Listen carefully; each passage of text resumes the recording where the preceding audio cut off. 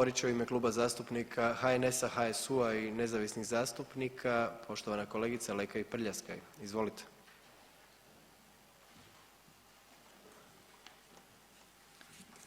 Poštovani predsjedniče, kolegice i kolege. Jučer je premijer Kosova i službeno predao zahtjev za članstvom Kosova u Europskoj uniji.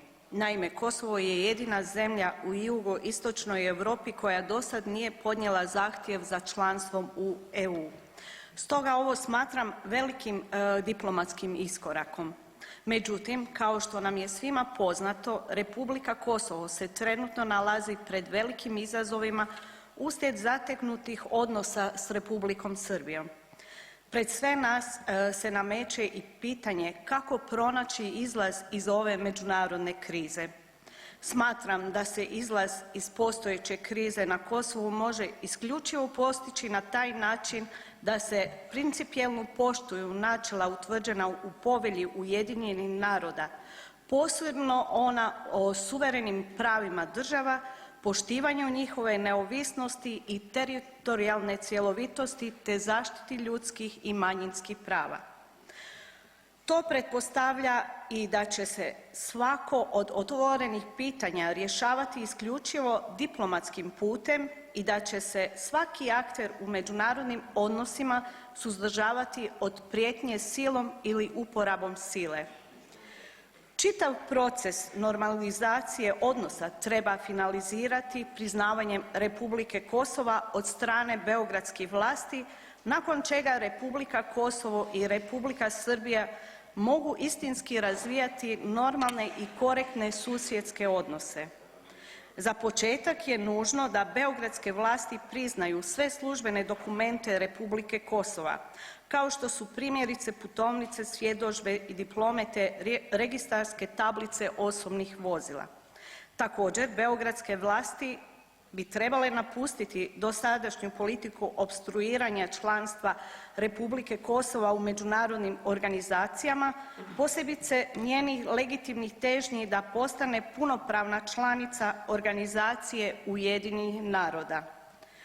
S obzirom na proklamirane težnje i Republike Kosova i Republike Srbije prema članstvu u Europskoj uniji smatram da bi čitav proces normalizacije odnosa koji bi trebao rezultirati sveobuhvatnim sporazumom dviju država, a u sebi bi sadržavao i poglavlje o otvorenim pitanjima iz područja gospodarstva, prometa, infrastrukture, pošte i telekomunikacija, zdravstva, znanosti i kulture, treba velikim dijelom biti vođen i od strane Europske unije.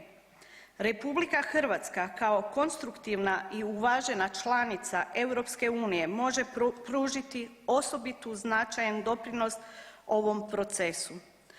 Posebno bitno pitanje koje treba biti riješeno u odnosima između Republike Kosova i Republike Srbije je pitanje nestalih osoba tijekom rata na Kosovu, u čemu Republika Hrvatska s obzirom na njezina tragična iskustva iz Domovinskog rata također može dati i veliki doprinos.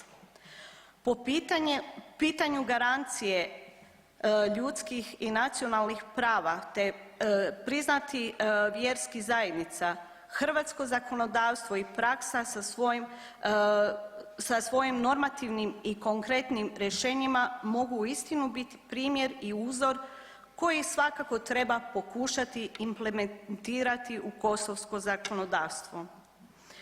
Od Europske unije očekujem svu diplomatsku, političku i financijsku logistiku, ali i monitoring nad procesom normalizacije odnosa između Kosova i Srbije koji bi trebao rezultirati postizanjem sveobuhvatnog sporazuma između dviju država te konačnim priznavanjem Republike Kosova od strane beogradske vlasti. Ovom prilikom želim se zahvaliti svima koji iskazuju čvrstu potporu euroatlantskoj perspektivi Kosova jer ukoliko jugoistočna Europa želi postati prostor međusobne suradnje, uvažavanja i prosperiteta, nužno je da Republika Kosovo postane punopravna članica Europske unije.